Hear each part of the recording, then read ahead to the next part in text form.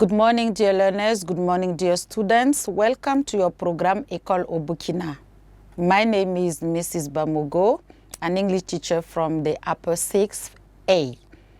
I'm in front of you this morning to present a new lesson, okay?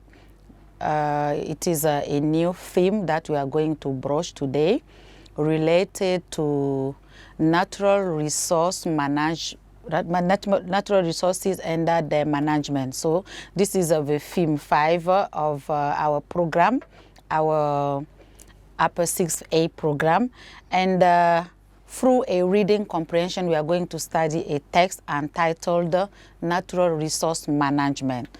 So here on the board is the title.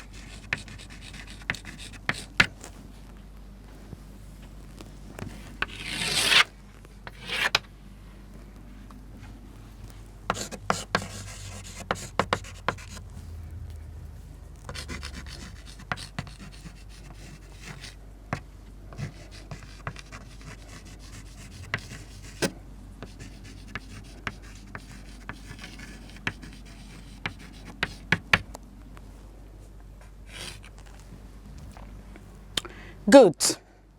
Natural resources management. In French, we have la gestion des ressources naturelles. Okay. When we speak about natural resources, we speak about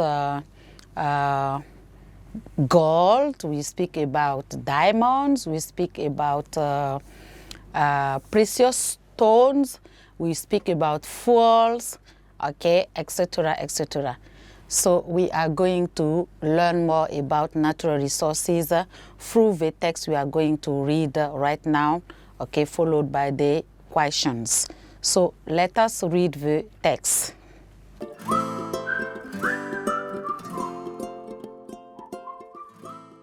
Text, natural resource management. Natural resource management, ways in which societies manage the supply of or access to the natural resources upon which they rely for their survival and development. Insofar as humans are fundamentally depend on natural resources, ensuring the ongoing access to or a steady provision of natural resources has always been central to the organization of civilizations and historically has been organized through a range of schemes varying in degrees of formality and involvement from the central authorities. A natural resource is one that is afforded by nature without human intervention. Hence, the fertile lands of the mineral within a resource, or for that matter natural, has varied over time and from one society to another. Resources are ultimately riches provided by nature from which can be derived some form of benefits, whether material or immaterial. Under some definition, only those natural resources that can renew themselves and whose exploitation relies on their generative capacities properly necessitate management. For example, oil is not usually considered a subject of natural resource management, whereas forests are. The use of non-renewable resources is subject to regulation rather than management. The management of renewable natural resources seeks to balance the demands of exploitation with a respect for regenerative capacities. The emergence of a rational systematic management of natural resources can be traced back to the phase of accelerated industrialization of the late 19th century. In a period of unprecedented industrial growth, the pressures brought to bear on the supply of raw materials and natural resources by an unrelenting demand intensified the need to rationalize their utilization so as to eliminate increasingly costly waste and to allocate them more efficiently.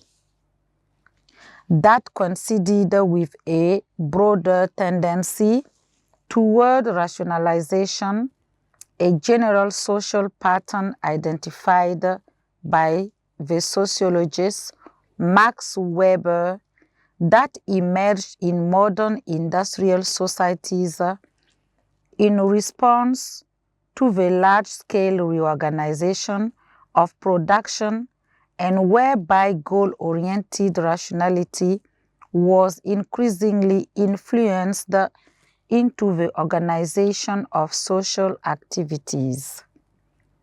Natural resource management was born at the conjunction of rationalization and its twin process, bureaucratization, which yielded the first bureaucracies to manage nature.